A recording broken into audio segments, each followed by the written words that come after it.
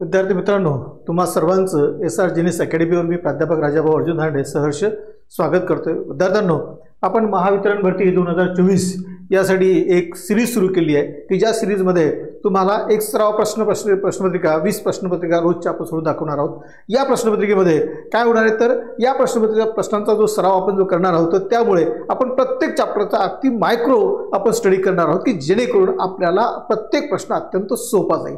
आता हाही प्रश्न घेत असताना आपण जे काही थेरीचे क्वेश्चन येतात त्या थेरीचे 25 चॅप्टर त्या 25च्या 25ही चॅप्टरवर एक सारखी सिरीज सुरू करत आहोत।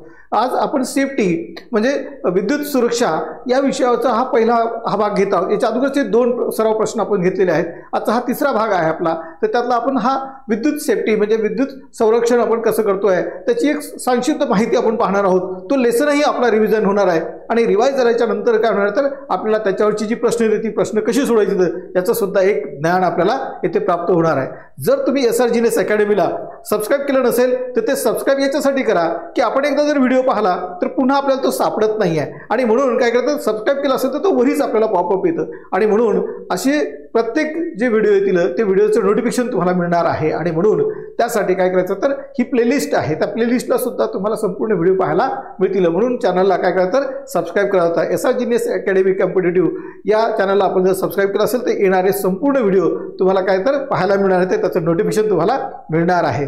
आपल्या परीक्षेचं जे काही यश आहे ते आपल्यावर आहे, आपल्या तयारीवर आहे। आजपासून आपण तयारीला लागायचं आहे आणि तयारीला लागून आपण आपलं जे मेरिटमधलं स्थान आहे ते निश्चित करायचं आहे। ते स्थान निश्चित करण्यासाठी आज वेल बिगिन इज हार्ड डन असं म्हटलं जातं की ती तयारी आजपासून आपण करायची आहे, त्यासाठी तुम्ही कराल, ठीक नाही। तर बघूया आपण काय तर आज आपण बघूया की या ठिकाणी आपण काय केलं होतं तर एकूण जे पेपर असतो आपला तो पेपर किती आहे तर 120 मार्काचा आहे। किती मार्काचा आहे आपल्याला 120 मार्काचा। आपण पेन घेऊया, पेन जर घेतला असेल तर त्यामुळे आपल्याला काय होईल तर तिथे लिहिता येईल या ठिकाणी, ठीक आहे। आपण हा पेन घेतलाय, पेन घेऊ आणि त्याला थोडा पॉइंट मोठा करून घेऊया त्याचा।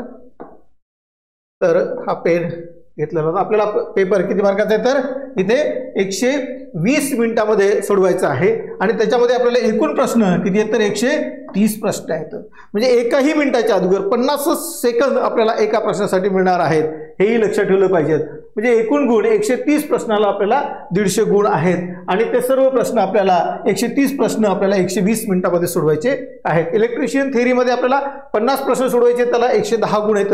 हे 50 प्रश्न आपले चांगले व्हावेत म्हणून आपले 25 चॅप्टर जे आपल्याला सिलेबसमध्ये देण्यात आलेत त्या सिलेबसवर आपण तर डिटेल्स आपण स्टडी करणार आहोत आणि म्हणून हे 50ही प्रश्न आपले चांगले त्या चॅप्टर वाईज रोजचे 20 प्रश्न आपण घेऊन येणार आहोत। त्यासाठी काय करायचं तर पूर्ण हा व्हिडिओ स्किप करायचा नाही, शेवटपर्यंत बघायचा आहे आणि शेवटपर्यंत बघून आपले जे काही नॉलेज आहे ते नॉलेज अधिक वाढवायचं आहे। मराठी व्याकरणाला 20 प्रश्न येतं, गणिताला 20 प्रश्न येतं आणि बुद्धिमत्ता चाचणीला 40, असा एकूण 130 प्रश्न तुम्हाला राहणार आहेत आणि त्याला 150 गुण राहणार आहेत। यापैकी जे 50 गुण आहेत किंवा 50 प्रश्न असतात त्याला 110 गुण आहेत, म्हणजे एका प्रश्नाला 2.2 गुण असणार आहेत। तर यामध्ये जी काही इलेक्ट्रिशियन थेअरी आहे त्या इलेक्ट्रिशियन थेअरीचा जो सिलेबस आहे तो सिलेबस असा असणार आहे। त्यानंतर हा जो अभ्यासक्रम आहे आपल्याला तर ट्रेड थेअरी अभ्यासक्रम आहे, तो त्यामध्ये बेसिक सेफ्टी आहे, बेसिक इलेक्ट्रॉनिक्स आहे, डीसी सर्किट आहे, इलेक्ट्रिशियन साधने आहेत, electrical wiring, earthing, cells and batteries, घरगुती उपकरणे, रोषणाई, येथे आईन नियम्स, विद्युत मापन यंत्रे, cables, heating and welding, basic electronics, येथे एनालॉग इलेक्ट्रॉनिक्स, नंतर digital electronics, transformer, DC generator, DC motor, alternator, येथे synchronous motors, the induction motor, वीज निर्मिती, विजेचे वाहन आणि वितरण आणि स्विच गिअर अँड प्रोडक्शन, असे एकूण 25 चॅप्टर आपल्याला आहेत। किती सिलेबसला तर अशी ही सर्व एकूण 25 चॅप्टर आहेत। ही 25ही चॅप्टर आपल्याला काय करायचे तर असा एखादा स्क्रीनशॉट वगैरे काढून घ्या, म्हणजे तुमच्याकडे ही सर्वच्या सर्व काय असली पाहिजे तर अभ्यासाला संपूर्ण चॅप्टर आपल्याला अभ्यासता आली पाहिजे असतात। ही जर आपण अभ्यासली असतील तर यामध्ये आपल्याला काय होईल तर संपूर्ण सिलेबस आपल्याला कव्हर करता येईल, कुठलाही भाग आपला सुटता कामा नये। आणि म्हणून त्याच्यानंतर आपण आता बेसिक सेफ्टी हे पहिलं चॅप्टर या ठिकाणी सुरू केलेलं आहे। या बेसिक सेफ्टी चॅप्टरमध्ये काय केलं तर आपण त्याला बेसिक सेफ्टी आपण कशी काय आहे त्याची साधारणतः उजळणी करूया. आपण ITI शिकत असताना ह्या सर्व गोष्टी आपण शिकल्यात, पण तरीही सुद्धा त्याची पूर्ण उजळणी व्हावं, पुन्हा आपल्याला अभ्यास व्हावा आणि नंतर त्याच्यावरचे जे काही 20 प्रश्न आहेत ते आपल्याला सोडवता यावेत. यानंतर सुद्धा आम्ही लिंकमध्ये तुम्हाला अगदी 50 प्रश्न सरावासाठी देणार आहोत. तेही सुद्धा तुम्ही जास्त सोडून पाहिजेत की जेणेकरून त्याची उत्तरसहित असणार आहे तिथे, आणि त्यामुळे तिथेही सुद्धा तुम्हाला जास्त सराव होणार आहे. बघा, आपले शरीर हे विजेचे मंद वाहक आहे. आपले शरीर हे विजेचे मंद वाहक आहे. म्हणून काय करतो तर आपण कुठल्याही याला चालू की जे करंट आहे त्या ठिकाणी आपला स्पर्श लागता कामा नये. स्पर्श जर लागला असेल तर ते विजेचा प्रवाह आपल्या शरीरातून जमिनीकडे जातो आणि त्याचं सर्किट एक पूर्ण होत असतं, आणि म्हणून हे शरीर आपलं काय तर एक मंद वाहक आहे. त्यामुळे आपल्याला शॉक लागतो. आता जमिनीवर प्रत्यक्ष उभे राहून शरीराच्या कोणत्याही भागाचा संपर्क विजेच्या जिवंत भागाच्या संपर्कात आल्यास विजेचा शॉक बसू शकतो. काय होतं तर विजेच्या आपलं जर जमिनीवर उभे आहोत, आपल्या पायात काही नाही आहे, तर काय होतं तर ती विद्युत आहे आपल्या शरीरातून वाहून ही जमिनीकडे जाते आणि तेथे त्याचं सर्किट पूर्ण होतं आणि म्हणून तिचा शॉक लागण्याची शक्यता असते. विजेच्या शॉकची तीव्रता ही शरीरामधून वाहणाऱ्या येथे प्रवाहाच्या सामर्थ्यावर व प्रवाह वाहण्याच्या वेळेवर अवलंबून असते. म्हणजे सामर्थ्य किती आहे, किती प्रकारचं किती व्होल्टेज आहे याच्यावर सुद्धा त्याचं मर्यादित असेल. तर कमी व्होल्टेज असेल तर कमी शॉर्ट लागतो, जास्त व्होल्टेज असेल तर जास्त शॉर्ट आपल्याला लागत असतो.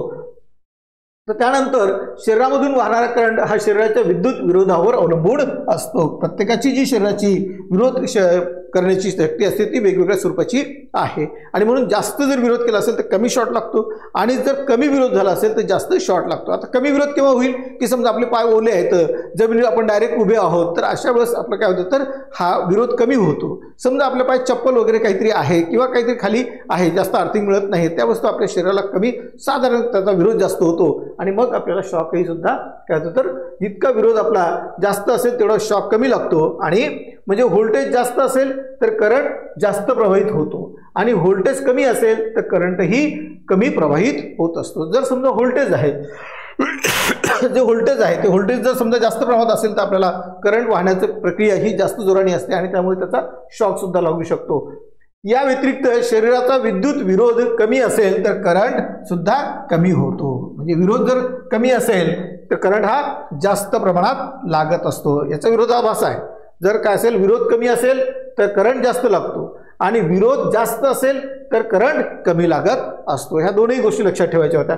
शरीराची कातडी कोरडी असेल तर अशा शरीराचा विद्युत विरोध साधारणपणे 10 ते 600 किलो ओहम असतो. किती? 10 ते 600 ओहम एवढा असतो. म्हणजे साधारण कोरडं शरीर आहे आपलं की त्यावेळेस जी वाहक शक्ती आहे त्यावेळेस शक्ती ही कमी स्वरूपाची असते. त्यानंतर बघूया आपण आता ओल्या कातडीच्या शरीराचा संबंध प्रत्यक्ष जमिनीवर उभे राहून चालू विजेशी आल्यास शरीराचा विद्युत विरोध फक्त 100 ओहम असतो. किती असतो तर 100 ओहम. जितका आपला प्रतिकार विरोध कमी असेल तेवढा शॉक आपल्याला जास्त लागतो. म्हणून आपले पाय ओले असता कामा नये. ओल्या जमिनीवर ओलसर जमिनीवर आपण उभं राहता कामा नाही. अशा जर जमिनीवर असला तर जास्त करंट आपल्याला लागण्याची शक्यता असते. कमी विरोधाच्या शरीराचा संपर्क चालू विजेशी आल्यास ती व्यक्ती मृत्यू पडवू शकते. आता विरोध कमी आहे, शरीराचा विरोध कमी आहे आणि त्या व्यक्तीचा जर संपर्क विजेशी आला असेल तर त्या व्यक्तीला मृत्यू सुद्धा येऊ शकतो. म्हणून ही काळजी घेणं गरजेचं आहे. साधारणतः शरीरातून 10 ते 20 मिली एम्पियर करंट प्रभावित झाल्यास इलेक्ट्रिक शॉक आपल्याला थोडंसं जाणवतो. परंतु काय होतं तर त्यापेक्षा साधारणतः 5 ते 25 मिली एम्पियर जर करंट शरीरातून गेला तर आपल्याला तीव्र शॉक त्यापेक्षा जाणवत असतो. म्हणजे 2 ते 10 मिली एम्पियर असेल तर साधारण शॉक आपल्याला जाणवतो. पण समजा 5 ते 25 मिली एम्पियर जर आपल्या शरीरातून करंट जर गेला असेल तर शॉकची तीव्रता ही जास्त स्वरूपाची आहे. आणि 50 ते 200 मिली एम्पियर जर करंट जर आपल्या शरीरातून प्रभावित झाला तर त्यावेळेस आपल्याला मृत्यू सुद्धा ओढवण्याची शक्यता असते. आणि म्हणून विजेचे ज्यावेळेस अपघात होतात त्याचं सर्वात महत्त्वाचं कारण आहे अज्ञान. तिथे अज्ञानामुळे ह्या गोष्टी होतात. आणि काही ठिकाणी फाजील आत्मविश्वास.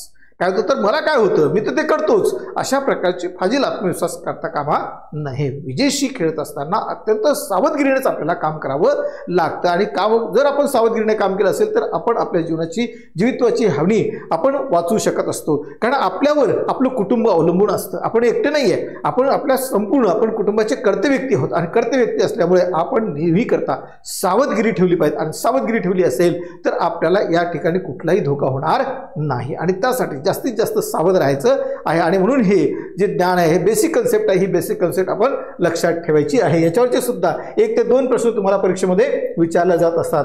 अशा भयावह वाटणाऱ्या विद्युत शॉक मानवी जीवनात काही ठिकाणी उपयोगी सुद्धा असतो. आता मनोरुग्णावर काय करतो तर डायरेक्ट शॉक, काही माफक करंट त्याला दिलं असतं, मनोरुग्ण सुद्धा आपण त्याला दुरुस्त करू शकत असतो, त्यातून त्याला बरेच जे करत असतो. आणि म्हणून हे माफक या जरी आपण इकडे भयावह, इकडे जर आपला शॉक जर लागला तर मृत्यू जरी येत असेल तर त्याचा माफक जर करंट जर दिला असेल तर काही माणसं त्यातून दुरुस्त सुद्धा होत असतात. त्यानंतर बघूया आपण आता काय होतं तर इलेक्ट्रिक शॉक बसण्याचं संभाव्य ठिकाणं कोणते असतील तर जमिनीवर उभ्या असलेल्या एखाद्या व्यक्तीच्या शरीराचा एखादा भाग चालू लाईनच्या संपर्कात आल्यास त्या व्यक्तीस इलेक्ट्रिक शॉक लागू शकतो. समजा एखाद्या वेळेस आपण जमिनीवर उभा आहोत आणि विद्युत वाहत आहे, त्याला जर आपला धक्का लागला असेल, स्पर्श झाला असेल तर त्या ठिकाणी आपल्याला शॉक लागण्याची शक्यता असते. दुसरं होतं इलेक्ट्रिक मशीन, म्हणजे इलेक्ट्रिकल ज्या मशीन चालतात किंवा उपकरणं चालतात त्या उपकरणाच्या बॉडीला काय होतं तर इन्सुलेटेड खराब जर असेल तर त्या ठिकाणी सुद्धा आपल्याला शॉक लागण्याची शक्यता असते. आणि म्हणून जी काही उपकरणं आहेत त्या उपकरणाला अर्थिंग देणं आवश्यक आहे, कारण जो काही लाईन जो करंट येत असतो बॉडीमध्ये तो अर्थिंग वाटे जमिनीमध्ये परत जाईल, म्हणजे तुम्हाला शॉक लागणार नाही. तिसरं होतं विद्युत पुरवठा लाईनच्या वेगवेगळ्या इथे पॅरालिटीच्या 2 वायर्स किंवा वेगवेगळ्या व्होल्टेज 2 लाईनच्या प्रत्यक्ष संपर्कात आल्यास इलेक्ट्रिक शॉक बसतो. एक लाईनला जर पकडला असेल तर काही होणार नाही, एकाच फेजला पण जर पकडला गेलं तर काही होणार नाही, पण त्याला जो जेव्हा अर्थिंग लागते तेव्हा त्याचं सर्किट पूर्ण होतं आणि त्यानंतर आपल्याला शॉक लागत असतो. म्हणून एकाही लागू नये आणि दोन्ही वायरला आपला हात लागू नये. जिवंत वायरला आपण हात लावता कामा नाही. जर चेक करायचं असेल तर टेस्टर वापरावं. आपण त्या पद्धतीची प्रत्येक वेळेस काळजी घेऊनच आपण काम केलं पाहिजे, कारण आपली ही काळजी आपण घेतली पाहिजे. ही सर्वात महत्त्वाची जबाबदारी आपली असते. त्यानंतर विजेचा शॉक लागू नये म्हणून काय करायचं, नेहमी करता कोणती काळजी घेतली, विजेवर काम करताना नेहमी करता इन्सुलेटेड स्टूल्स वापरावेत. कसे स्टूल वापरावे तर इन्सुलेटेड स्टूल वापरले गेले पाहिजेत असतात. इन्सुलेटेड जर स्टूल जर वापरले गेले असतील तरच आपण काय होतं त्याचा फायदा आपल्याला होत असतो. आपण कलर थोडासा चेंज करून घेऊया, आहे की नाही. पेनचा कलर विजेवर काम करत असताना नेहमी करता इन्सुलेटेड स्टूल वापरावे. आता चालू लाईनवर काम करू नये. कधीही सुद्धा लाईन चालू असेल तर त्या ठिकाणी काम करता कामा नाही. लाईन बंद करूनच काम आपण केली पाहिजे. समोरचे काम कितीही अर्जंट असेल तरी सुद्धा आपण लाईन बंद करून घ्यायची आणि नंतरच समोर आपण काम करायचं आहे. उपकरणात अर्थिंग करावी. प्रत्येक उपकरण जर असेल तर त्या उपकरणाला काय केलं पाहिजे तर अर्थिंग केली पाहिजेत. त्यानंतर विद्युत उपकरणे दर्जेदार येथे मानांकनाची असावी. जी काही आपली उपकरणं आहेत ती उपकरणं आपण नेहमी करता चांगल्या दर्जेदार वस्तू आपण घेतल्या पाहिजेत, की जी हलक्या दर्जाच्या वस्तू आपण घेता कामा नये. नंतर विजेमुळे आग लागल्यास पाण्याने विझवू नये. ही गोष्ट सर्वात महत्त्वाची आहे. जर वीज उपकरणाला आग लागली असेल तर त्यावर पाण्याचा मारा करायचा नाही, त्याला ड्राय पावडर वापरायचा. माती असेल तर माती टाका, रेती असेल तर रेती त्या ठिकाणी टाका, परंतु पाणी कोणत्याही अवस्थेत टाकायचं नाही, कारण पाणी हे काय तर विद्युत वाहक आहे. जेव्हा आपण पाणी फेकण्याचा प्रयत्न करतो त्याच पाण्याच्या धारेने आपल्याला काय होऊ शकतो तर करंट येऊ शकतो आणि आपल्याला सुद्धा अपघात होण्याची शक्यता असते. आणि म्हणून पाण्याचा उपयोग करायचा नाही. नंतर वायरच्या जॉईंटला 2 वायर जोडले असतील तर त्या ठिकाणी आपण काय करायचं, टेप गुंडाळायचा आहे. उघडी वायर कुठेही ठेवता कामा नये, त्यामुळे अपघात होण्याची शक्यता राहते. आता विजेच्या संपर्कात आलेल्या व्यक्तीस दूर करताना घ्यावायची काळजी. एखादी व्यक्ती जर आपण ज्या ठिकाणी काम करत आहोत, एखादी व्यक्ती वायरसाठी चिकटली आहे किंवा विद्युतला चिकटली आहे, ती करत असताना साधारणतः लाईन आपण बंद करावी. बंद करता नाही आली तर जे विद्युत अवाहकाची जी काडी आहे, आपण लाकूड असेल, लाकूड तेही वाळलेल्या स्वरूपाचं असं ओलं लाकूड असता कामा नये, किंवा प्लास्टिकची काठी असेल तर त्या प्लास्टिकच्या सहाय्याने काढायचं आहे. नसेल तर आपल्या हातात मोचे असेल तर मोच्याने त्याला ओढायचं आहे. नसेल तर एखादं कोरडं कापड असेल तर त्या कापडाने त्याला ओढायचं आहे, की जेणेकरून आपला बाकीचा धक्का तिथे लागणार नाही. ही काळजी आपण घ्यायची आहे. दुसरं होतं एखाद्या व्यक्तीस विजेच्या संपर्कापासून दूर केल्यानंतर घ्यावायची काळजी. जर समजा एखाद्या व्यक्तीला आपण त्याच्यापासून दूर केलं आहे, आता दूर तर केलं आहे, परंतु त्यानंतर काय काळजी घ्यायचं, तो जर घाबरला असेल तर त्याला सहानुभूतीपूर्वक त्याला पहिल्याने मदत द्यायची आहे. त्याची मानसिकता आपण बदलायची आहे, की आता तुला काही होणार नाही, आता शांत राहा, अगदी बरोबर आहे. त्याला पाणी वगैरे थोडंसं लागलं तर पाणी त्याला द्यायचं आहे. चहा कॉफी असेल तर चहा कॉफी त्याला तिथे उपलब्ध असेल तर ती द्यायची आहे. प्राथमिक उपचार त्याला करायचा आहे. श्वासोश्वास काही होतो आहे का, त्याला काही घाबरल्यासारखं होत आहे का, त्याला धीर देण्याचं काम प्राथमिक उपचार आपल्याला त्याला करायचा असतो. तो प्राथमिक उपचार पहिल्याने काय करतो तर आपण जर समजा जास्त शॉक लागला असेल तर त्याला पालथं पोटावर झोपवायचं आहे आणि बरगड्यावर त्याला असं दाबायचं आहे. किंवा नंतर एखाद्या पाठीवर झोपवलं असेल तर त्याच्या मानेखाली काहीतरी उशीसारखा वस्तू द्यायची आहे आणि वस्तू देऊन पुन्हा त्याचे हात असे वर दाबायचे आहे. तोंडावाटे कधी श्वास देता आला, कधी नाकावाटे त्याला आपला श्वास देता गरज असली तर त्या ठिकाणी सुद्धा आपण ती देण्याचा प्रयत्न केला पाहिजे. त्यानंतर ओव्हरहेड लाईनवर काम करताना कोणती दक्षता घेतली पाहिजे. ओव्हरहेड लाईन जर काम करत असेल तर नेहमी करता ती लाईन बंद करूनच पूर्णपैकी खात्री केल्याच्या नंतरच आपण त्या लाईनवर काम केलं पाहिजे. अन्यथा त्या ठिकाणी सुद्धा आणि त्या ठिकाणी बोर्ड सुद्धा लावलं पाहिजे, इथे काम चालू आहे असल्या प्रकारच्या ह्या सर्व दक्षता घेऊनच आपण जर काम केलं असेल तर आपल्याला त्या ठिकाणी काय होणार तर विजेचा शॉक लागणार नाही किंवा त्याचा अपघात होणार नाही. आणि म्हणून या ठिकाणी ह्या साऱ्या गोष्टीची काळजी दक्षता घेणं आपलं महत्त्वाचं असतं.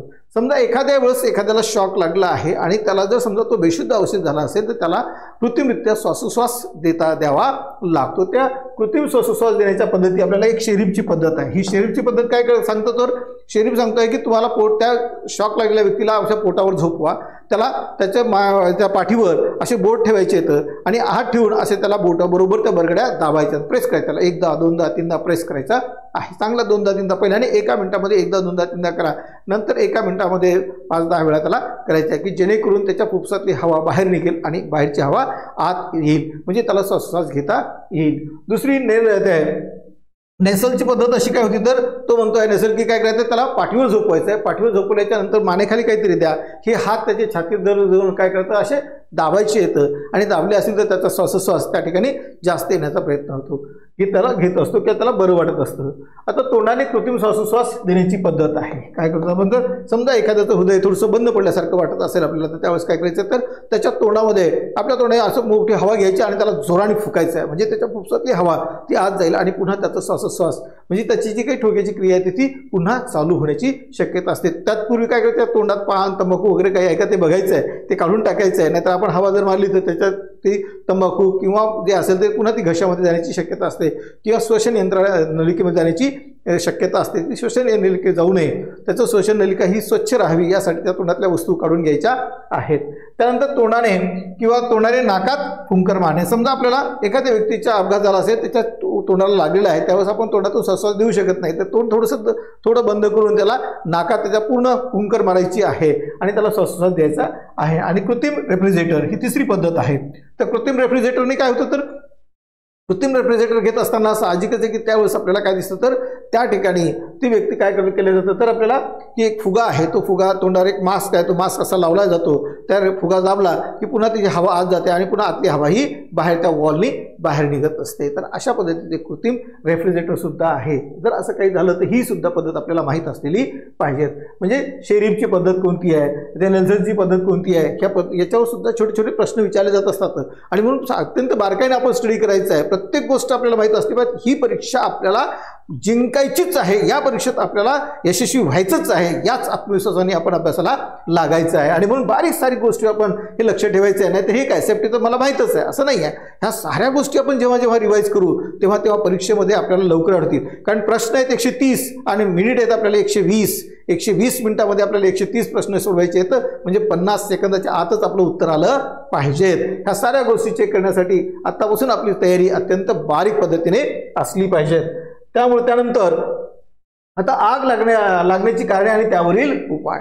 साधारणतः आग लागत असते तर ती कारणं इथे लूज कनेक्शन असतं, शॉर्ट सर्किटमुळे किंवा ओव्हरलोडिंगमुळे. लूज कनेक्शन असेल तर दोन्ही सुद्धा वायर इन्सुलेटर खराब होतात आणि त्या ठिकाणी तापल्याच्या नंतर तिथे आग लागण्याची शक्यता असते. दुसरं होतं शॉक सर्किट सुद्धा, प्लस मायनस निगेटिव्ह आणि पॉझिटिव्ह एकत्र आले असतील आणि त्याच्या शॉर्ट सर्किट होऊ शकतं, तिथे आग लागण्याचं. ओव्हरलोड, एखाद्या त्या वायरमधून जर जास्तीची आपण क्षमतेची विद्युत पाठवत असेल तर त्या ठिकाणी सुद्धा त्याच्यात त्या गरम होऊन पुन्हा त्याला आग लागण्याची शक्यता असते. म्हणून या तीनही कारणाने लूज कनेक्शन, शॉर्ट सर्किट आणि ओव्हरलोडिंग याच्यामुळे आग लागू शकते, ही त्याची कारणे आहेत. आता विजेची आग विझवताना घ्यावयाची काळजी कोणती आहे तर आता विजेची आग लागण्यासाठी सर्वात महत्त्वाचे 3 घटक असतात. एक इंधन, दुसरा आहे उष्णता आणि नंतर ऑक्सिजन. आता इंधन समजा लाकूड आहे, कापड आहे, केड कचरा आहे, याला जर विशिष्ट उष्णता मिळाली तर त्यावर ते पेट घ्यायला लागतात. म्हणून तेवढी त्या गोष्टीला ते एकत्र येऊ नयेत, कुठेतरी बाजूला टाकावेत. ऑइलने भिजलेले कापड असतील तर ते सुद्धा आपण कोपऱ्यात तिथे ठेवता कामा नाही, ते अंतर ठेवले पाहिजेत. म्हणजे त्याला पुरेसं जी काही गोष्टी आहेत, आग लागण्यासाठी ज्या गोष्टी आहेत त्या तिथे ठेवायच्या नाही. समजा डिझेल आहे, पेट्रोल आहे, थिनर आहे, पेंट आहे, ह्याही गोष्टी तिथे घ्यायच्या नाहीत, कारण की त्याही सुद्धा ज्वलनशील असतात. आता आपण घरात राहतो, घरात आपल्या वीज आहे, पण मग आपल्याकडे गॅस आहे, पेट्रोल आहे, डिझेल काय कधी कधी आपण आणतो आहे, कधी वाहनामध्ये टाकण्यासाठी आणतो आहे. तर ह्या साऱ्या गोष्टीचं काय केलं आपण काळजी घेतली पाहिजे. वेगवेगळ्या ठिकाणी म्हणजे इंधन आहे त्याला उष्णता लागणार नाही तेवढी याची दक्षता घेतली पाहिजे. आणि सर्वात मोठं एखाद्या वेळेस जर समजा आग लागलीच तर त्याला ऑक्सिजन मिळणार नाही, ही गोष्टीची दक्षता आपण घेतली पाहिजे. आणि ती ऑक्सिजन त्या ठिकाणून बंद केला पाहिजे. बंद करण्यासाठी आपण काय करतो तर ड्राय पावडर किंवा कोरडी माती वाळू त्याच्यावर टाकण्याचा प्रयत्न करीत असतो. त्यानंतर आता आगीचे वर्गीकरण. आग लागली असेल तर आगीचे 4 प्रकार आहेत. आगीचे किती तर 4 प्रकार आहे. ए प्रकारची जी आग असते तर ती काय आपल्याला लाकूड असेल, कापड असेल किंवा कपडे असतील, पेपर असतील यांना लागणाऱ्या आगीला आपण काय म्हणतो तर ही ए प्रकारची फायर्स आहे. अ ग्रेडची आपण त्याला म्हणतो आहे. ब ग्रेडमध्ये काय होतं तर ब ग्रेडमध्ये पेट्रोल आणि डिझेल, तेल, वॉर्निश, पेंट यांनी जी आग लागते त्याला बी ग्रेडची काय म्हणतात तर आग म्हटली जाते किंवा त्याला क्लास बी फायर काय म्हणतो आपण त्याला क्लास बी फायर त्याला म्हटलं जातं. नंतर क्लास सी फायरमध्ये काय होतं तर जे काही आपल्याकडे गॅस आहे किंवा द्रवात रूपांतरित होणारे जे गॅस येतं यातून जी काय आग लागते ती सी प्रकारची आग असते. आणि डी प्रकारची क्लास डी फायर आपण कशा म्हणतो तर विद्युत उपकरणास लागलेली आग किंवा सर्व धातूंना लागलेली आग ही काय तर ही डी प्रकारची आग असते. आणि म्हणून या 4ही प्रकारची पहिली आग लक्षात ठेवायची आहे. कशाला लागते तर कापड असेल, लाकूड असेल, म्हणजे कागद असतील याने लागणारी आग. दुसरी कोणती आहे तर दुसऱ्या प्रकारची जी आग आहे तर ती पेट्रोल, डिझेल यांनी लागणारी आग आहे. नंतर तिसरी जी आग आहे ती कशाला तर गॅस किंवा द्रवात रूपांतरित होणारे गॅस यांनी लागणारी आग आहे. आणि चौथी जी आहे जो क्लास डी फायर आहे तर तो कसं आहे तर विद्युत उपकरणास लागलेली आग किंवा एखाद्या वस्तूला लागलेली, धातूला लागलेली आग ही या प्रकारात मोडत असते. तर हेही गोष्टी लक्षात ठेवायच्यात. याच्यावरही सुद्धा तुम्हाला प्रश्न विचारले जात असतात. आता अग्निशामक कशी असतात तर कोणत्या प्रकारच्या आगीला कोणतं अग्निशामक वापरलं पाहिजे हेही सुद्धा नियमित आहे. साधारणतः इथे काय करतं तर आता फायर बकेट हे प्रकारचं विद्युत उपकरण म्हणजे अग्निशामक आहे. तर वाळूने भरलेल्या बकेट या साधारणतः त्या ठिकाणी असतात. आणि त्या बकेट काय केलं जातं तर त्या बकेटीमध्ये जर समजा एखाद्या आग लागली तर ह्या वाळू तिथे जर मारली असेल तर त्यातलं ऑक्सिजन तिथं पुरवठा होणारा त्या आगीला होणारा ऑक्सिजनचा पुरवठा बंद होतो आणि ती आग विझत असते. नंबर 2 आहे हेलॉन अग्निशामक. आता हेलॉन अग्निशामक मध्ये काय असतं तर कार्बन टेट्रा क्लोराईड आणि ब्रोमोक्लोराईड फ्लोरोमिथेन्स या प्रकारचं घटक त्यामध्ये मिश्रित असतं आणि म्हणून त्याला हेलॉन अग्निशामक असं म्हटलेलं आहे. त्यामध्ये असणारं कार्बन टेट्राक्लोराईड आणि ब्रोमोक्लोराईड येथे फ्लोरोमिथेन्स हे त्याच्यात मिश्रण असतं आणि म्हणून ते अग्निशामक विशिष्ट ठिकाणी ते वापरलं जातं. आता कार्बन डायऑक्साईड हे तिसरं अग्निशामक आहे. तर काय करतात तर याच्यात फक्त कार्बन डायऑक्साईड असतो. कारण आगीसाठी मदत करणारा जो घटक आहे हवेतला तो कोणता आहे तर ऑक्सिजन आहे. ऑक्सिजन जर तिथून कमी करायचं असेल तर त्यावर काय करायचं कार्बन डायऑक्साईड टाकायचा आहे. O2 म्हणजे CO2 आपण ज्याला म्हणतो आहे तो तिथे तो टाकायचा आहे. तर तो टाकल्यानंतर काय होतं तिथे ऑक्सिजन तिथेला कमी होईल आणि कमी झाला म्हणजे तिथली आग ही विझण्यासाठी ती मदत करत असते. आणि फोम अग्निशामक इथे गॅस कॅटरीज काय त्याला गॅस कॅटरीज केलं जातं. फोम अग्निशामकामध्ये काय केलं जातं तर या ठिकाणी प्रेशरनी एक फोम भरलं जातं आणि त्या प्रेशरने फोम भरल्यानंतर त्याचा वॉल जर काढला असेल तर त्या ठिकाणी मारा केल्यानंतर त्याचा एक थर होतो आणि तो थंड थर होतो असल्यामुळे तिथली आग ही विझत असते. तर या ठिकाणी सर्वशात्मक चिन्ह आपण पाहूया. काय तर आपल्याला प्रतिबंधात्मक चिन्ह, ते आत्यात्मक चिन्ह, सूचनात्मक चिन्ह आणि इशारात्मक चिन्ह ही 4 प्रकारची चिन्ह आपल्याला असतात. प्रतिबंधात्मक, आज्ञार्थी म्हणजे आज्ञात्मक चिन्ह, सूचनात्मक काही सूचना केली असतात आणि काही इशारात्मक चिन्ह सुद्धा असतात. ती इशारात्मक चिन्ह सुद्धा आपल्याला लक्षात घ्यायची असतात. त्यानंतर आता येऊया प्रश्नाकडे. आपण काय केलं तर आपण साधारणतः जी बेसिक सेफ्टी आहे ते यावर आपण थोडंसं विचार केलेला आहे. त्याच्यावर सारासार आपण भाग पाहिलेला आहे. याच्यामध्ये कोणते कोणते घटक मोडतात हे सर्व पाहिल्यानंतर याच्यावरचे आता 20 प्रश्न आपण पाहणार आहोत. शरीराचा विद्युत विरोध जास्त असेल तर, शरीराचा विद्युत विरोध जास्त असेल तर, आता इथे जास्त असेल तर काय तर इथे करंट हा कमी लागतो. काय करंट हा कमी लागत असतो. त्यानंतर जर 100 ओहम पेक्षा कमी विरोधाच्या शरीराचा संपर्क विजेशी आल्यास, 100 ओहम पेक्षा कमी तर 100 ओहमपेक्षा कमी विरोधाचा शरीराचा संपर्क विजेशी आल्यास ती व्यक्ती मृत्युमुखी पडू शकते. काय होते तर मृत्युमुखी पडू शकते. म्हणून ही गोष्ट लक्षात ठेवायची होती की काय होतं तर जितका विरोध कमी आहे 100 ओहमपेक्षा जर कमी जर संपर्क आला विरोध असेल शरीराचा तर त्यावेळेस आपल्याला ती व्यक्ती मृत्युमुखी सुद्धा पडू शकते.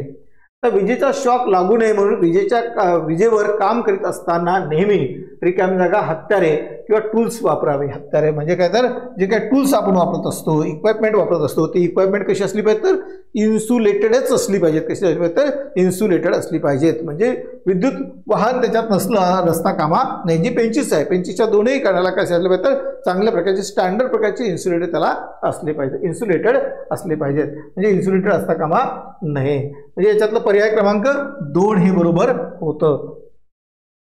त्यानंतर विजेमुळे लागलेल्या आगीस विझवण्यासाठी त्यावर रिकामी जागा टाकू नये. वाक्य पूर्ण वाचायचं. काय होतं तर आपल्याला लक्षात येतं की विजेमुळे लागलेल्या आगीस विझवण्यासाठी त्यावर आपण पटकन म्हणतो की आपल्याला काय टाकायचं ड्राय पावडर टाकायचं आहे किंवा वाळू टाकायची आहे. पर्याय क्रमांक 1 दिसतो आपल्याला वाळू पण तो वाळू हा पर्याय नाही. शेवटी काय वापरलं तर टाकू नये. परीक्षार्थी काय करत असतो तर तुमच्या सत्सद विवेक बुद्धीची परीक्षा घेत असतो आणि तो त्या सत्सद विवेक बुद्धीची परीक्षा घेत असल्यामुळे तो प्रश्न अगदी फिरकी विचारत असतो. असले फिरकी गुगली प्रश्न तो टाकत असतो आणि म्हणून प्रश्न काळजीपूर्वक वाचायचा. 50 सेकंदात जरी सोडवायचा जरी असला तरी डोकं शांत ठेवून प्रश्न पूर्ण वाचून त्याचं आकलन करून त्याचं उत्तर लिहायचं आहे. विजेमुळे लागलेल्या आगीस विझवण्यासाठी त्यावर काय टाकू नये तर पाणी टाकू नये. आपण पाहिलं होतं की पाणी जर टाकलं तर पाणी काय तर हे विद्युत वाहक आहे. आपण जर पाणी असं बकेटने टाकायला गेलो तर तो करंट पुन्हा आपल्याकडे येण्याची शक्यता असते. पाईपने टाकायला गेलो तर तो पुन्हा आपल्याकडे येण्याची शक्यता असते. म्हणून कोणत्याही परिस्थितीमध्ये पाण्याचा वापर काय करू नये तर या विजेच्या आग विझवण्यासाठी करू नये. त्यासाठी फक्त ड्राय पावडर किंवा कार्बन डायऑक्साईडचा फक्त तिथे मारा करायचा आहे. दुसऱ्या कुठल्याही पद्धतीत तिथे काही वापरू नये. फक्त ड्राय पावडर जास्तीत जास्त आपण वापरलं तर आग त्याची लवकर विझवता येत असते. त्यानंतर विद्युत क्षेत्रात रिकाम जागा कारणामुळे आग लागू शकते. आता विद्युत क्षेत्रात आग लागण्याची जी कारणं आहेत ती कोणती होती मुख्य कारण तर ती पाहिजे जर लूज कनेक्शन असेल तर त्यानं सुद्धा लागतं. नंतर शॉक सर्किटमुळे सुद्धा लागतं आणि ओव्हरलोडिंगमध्ये ओव्हरलोड जर समजा आपण दिलं असेल तर त्यामुळे सुद्धा त्यात हीट होऊ शकतं आणि हीट होऊन त्याच्यात काय तर आग लागण्याची शक्यता असते. आणि म्हणून याचं उत्तर होतं 4 क्रमांकाचं वरीलपैकी सर्व. पर्याय क्रमांक 4 हेच त्याचं उत्तर आहे. बरोबर लक्षात ठेवायचं होतं की वरील 3ही कारणामुळे आग लागू शकते. म्हणजे असा प्रश्न तिथे विचारण्यात आलेला आहे. तर हा प्रश्न महत्त्वाचा होता तुमच्यासाठी. आता रिकाम जागा घटकाच्या समावेशामुळे आग सतत भडकत असते. कोणते कोणते घटक असतात आग भडकण्यासाठी आग लागण्यासाठी जे कारणीभूत कारण असतात त्याला काय असतं तर इंधन आहे, उष्णता आहे आणि ऑक्सिजन आहे. हे 3ही कारणं आग लागण्यासाठी कारणीभूत ठरू शकतात आणि म्हणून याचं उत्तर होतं वरीलपैकी सर्व. 4 नंबरचा घटक हा त्याचा उत्तर म्हणून होतं आहे की नाही. आपल्याला कधी कधी वाटतं पटकन घटकला म्हणजे आपण पटकन वेळ नसेल तर त्यावेळेस काय करतो तर अर्धच उत्तर वाचतो. ते घटकांच्या समावेशामुळे आग सतत भडकते. आपल्याला वाटतं इंधनामुळे आग लागते मग पटकन 1 क्रमांक लिहितो. ते उत्तर चुकतं आपलं आणि म्हणून ते चुकू नये म्हणून पहिल्याने पूर्ण वाक्य घटकाच्या समावेशामुळे आग सतत भडकत असते. इथे इंधनामुळे घडते, उष्णतेमुळे सुद्धा आणि ऑक्सिजनमुळे. या 3 पैकी एक जरी घटक आपण बाजूला केला ऑक्सिजन जरी बाजूला केला तरी आग विझणार आहे. समजा इंधन जरी त्याला असेल तर इंधन थोडंसं बाजूला केलं असेल तरी सुद्धा आग विझत असते. आणि म्हणून या वरील सर्व कारणामुळे आग विझत असते. म्हणून पर्याय क्रमांक 4 हे त्याचं उत्तर बरोबर असणार आहे. आगीच्या वर्गीकरण रिकामी जागा प्रकारात केले जाते. आगीचे वर्गीकरण आपण आताच पाहिलं किती प्रकारात आहे तर 4 प्रकारची आगीचे वर्गीकरण. किती तर 4 म्हणजे A class, B class, C class आणि D क्लास. D क्लासची आग म्हणजे कोणती तर विजेच्या उपकरणास लागलेली आग ही D क्लासमध्ये येत असते. म्हणून पर्याय क्रमांक 3 हे बरोबर होतं. आगीचे किती प्रकार आहेत तर 4 प्रकार आहेत. त्यानंतर 8वा प्रश्न यामुळे लागणाऱ्या आगीचा समावेश क्लास C फायरमध्ये होतो. आता यामध्ये पहा लाकूड, पेपर आणि कापड यापासून जी आग लागते ती आपण A क्लास फायरमध्ये म्हणतोय. पेट्रोल, डिझेल, पेंट आणि तेल यापासून लागणारी आग ही B क्लास B फायर आपण म्हणतो आहे. वीज उपकरण व धातूंना लागलेली आग ही D क्लासमध्ये जाते आहे. आणि C क्लासमध्ये काय तर गॅस किंवा द्रवात रूपांतरित होणारे गॅस म्हणजे पर्याय क्रमांक 4 ही जी आग आहे तर ती कोणती, तर कोणत्या क्लासमध्ये समावेश होत त्याचा, तर सी क्लास फायरमध्ये समावेश होत असतो. म्हणून हे चारही क्लास प्रश्न फिरून फिरून विचारत असतात, म्हणून ते चारही क्लास आपल्याला माहीत असले पाहिजेत आणि त्याचं वर्गीकरण कशात काय येतं हेही सुद्धा आपल्याला लक्षात आलं पाहिजेत. इथे लाकूड, पेपर, कापड लक्षात ठेवायचं ए क्लासची आहे. पेट्रोल, डिझेल, पेन, तेल हे बी क्लास आहे.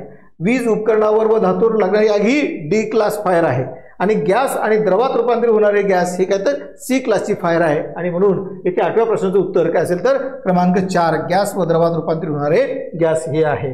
त्यानंतर आता हा प्रश्न थोडासा महत्त्वाचा आहे तुमच्यासाठी. यामध्ये कार्बन टेट्राक्लोराइड आणि क्रोमोक्लोराइड फ्लोरोमिथेन्स BCF भरलेले असते. आता कोणता अग्निशामक आहे की त्याच्यामध्ये हे भरलेलं असतं. आता यामध्ये काय असेल तर जे यामध्ये कार्बन टेट्राक्लोराइड आणि क्रोमोक्लोराइड फ्लोरोमिथेन्स किंवा BCF भरलेलं असतं. असा 9 क्रमांकाचा काय होता तर प्रश्न होता. त्या प्रश्नामध्ये तुम्हाला हेलॉन अग्निशामक, कोणत्या अग्निशामकामध्ये तर हेलॉन अग्निशामकामध्ये हा प्रश्न विचारला जात असतो. म्हणजे हेलॉन अग्निशामकामध्ये काय भरलं असतं तर कार्बन टेट्राक्लोराइड आणि क्रोमोक्लोरोफाइड फ्लोरोमिथेन्स हा गॅस किंवा हे मिश्र धातू भरलेला असतो. मिश्र भरलेला आहे त्याला शॉर्टकट काय त्याचं तर BCF आहे. काय तर त्याला BCF म्हटलं जातं. म्हणून हेलॉन अग्निशामक आहे.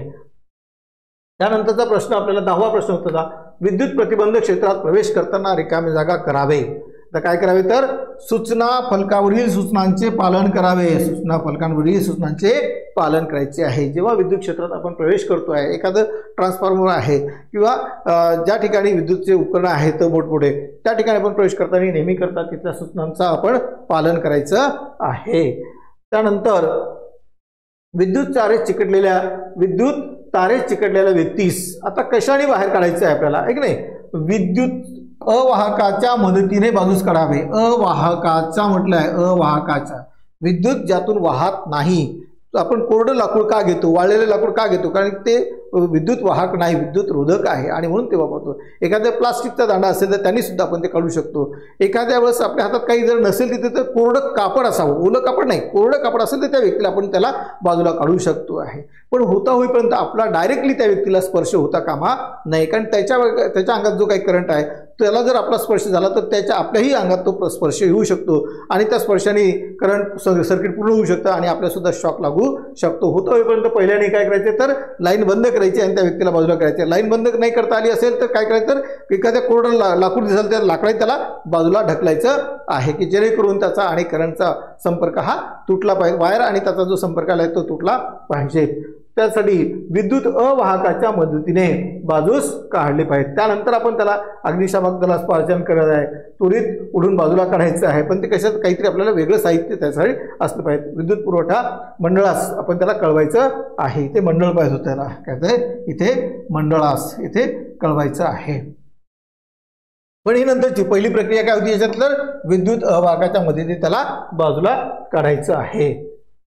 त्यानंतर इथे बॅटरीचा द्रव्य तयार करते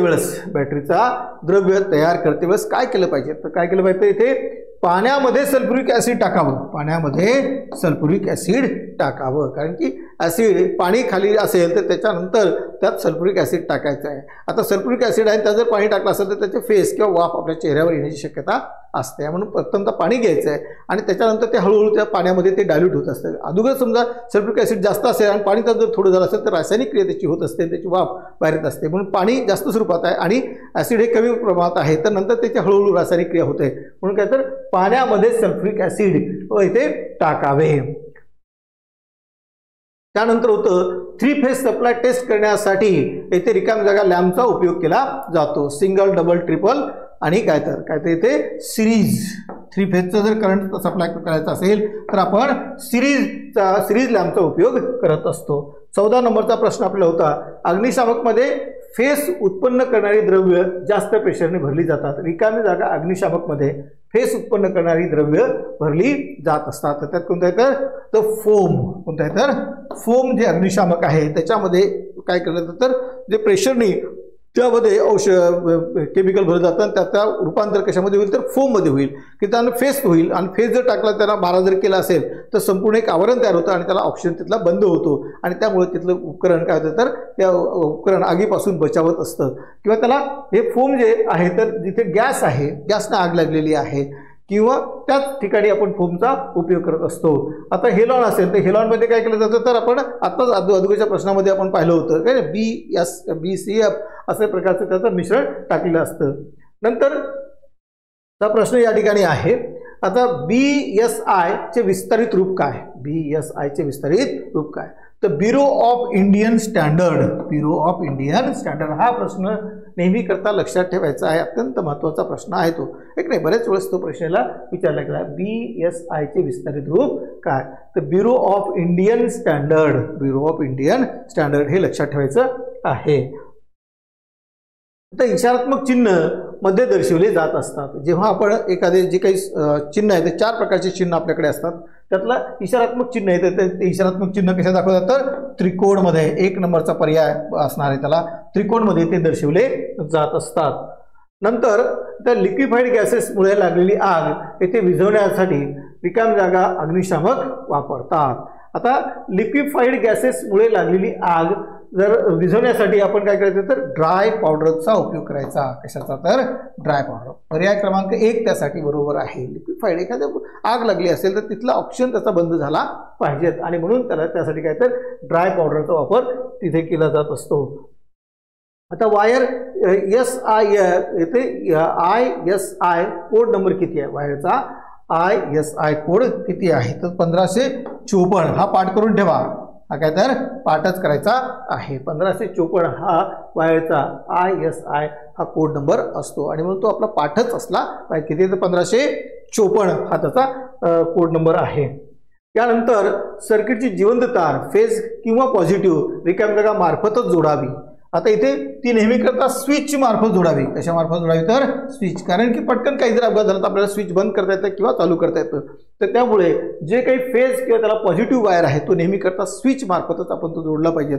मग फेजमध्ये असेल तर फेजमध्ये सुद्धा फ्यूज असेल तर फ्यूजमध्ये सुद्धा आपण काय केलं पाहिजे तर पॉझिटिव्ह वायर जोडला पाहिजे बटनाला सुद्धा काय करायचं पॉझिटिव्ह वायर जोडला पाहिजे त्याला चालू बंद आपल्याला करता आलं पाहिजे म्हणून त्याला स्विच मार्फत जोडता आलं पाहिजे। आणि शेवटचा प्रश्न आपण पाहणार आहोत या द्रव कार्बन डायऑक्साईड येथे अग्निशामक म्हणतात। आता द्रव कार्बन डायऑक्साईड म्हणजे काय असतं तर इथे पाणी व कार्बन डायऑक्साईडने भरलेले असते पाणी व कार्बन डायऑक्साईडने भरलेले असते याला द्रव कार्बन डायऑक्साईड म्हणतात। कार्बन डायऑक्साईड आहे पण त्यात पाणी सुद्धा प्रेशरने भरलं जातं जेव्हा नॉब काढतो आपण तेव्हा जर सुरू केलं असेल तर ते अगदी जोराने त्यासोबत पाण्याच्या फवाऱ्यासोबत कार्बन डायऑक्साईड सुद्धा तिथे जातो आणि म्हणून या त्या द्रव कार्बन डायऑक्साईड अग्निशामक कशाला म्हणतात तर पाणी आणि कार्बन डायऑक्साईड याने मिश्र भरलेलं आणि प्रेशरने त्या ठिकाणी भरलेलं असतं। तर अशा रीतीने आपण हा काय केला होता तर हा 20 प्रश्नाचा सराव तुमच्यासाठी केला दररोज आम्ही असल्याच प्रकारचे 25 ते 25 चॅप्टरवर तुम्हाला असे सराव प्रश्नपत्रिका तुमच्यासाठी घेणार आहोत की ज्यामुळे त्या धड्याचं तुम्हाला सुद्धा वाचन होईल थोडक्यात रिवाईज होईल आणि रिवाईज झाल्याच्या नंतर तुम्हाला ते प्रश्न आम्ही तुम्हाला सांगणार आहोत की जेणेकरून तुमच्या अभ्यासात तुम्हाला मदत व्हावी तुमची उजळणी तिथे चांगली व्हावी आणि म्हणून तुमच्या यशासाठी आम्ही सदैव तयार आहोत। त्यासाठी काय करायचे तर मग हे व्हिडिओ शेवटपर्यंत बघायचे आपणही बघायचे आपल्या मित्राला सुद्धा आपण शेअर करायचे आणि काय करायचं तर या चॅनलला सबस्क्राईब करा। सबस्क्राईब केल्याच्या नंतर तिथे घंटीचं बटन आहे त्या घंटीच्या बटनला सुद्धा आपण टच करायचं की जेणेकरून येणारे नोटिफिकेशन तुम्हाला मिळणार आहे। चला तर थँक्यू आपण सर्वजण या ठिकाणी शेवटपर्यंत थांबल्याबद्दल आपणा सर्वांचे आभार आणि तुमच्या यशासाठी आमच्या भरगच्च शुभेच्छा। थँक्यू।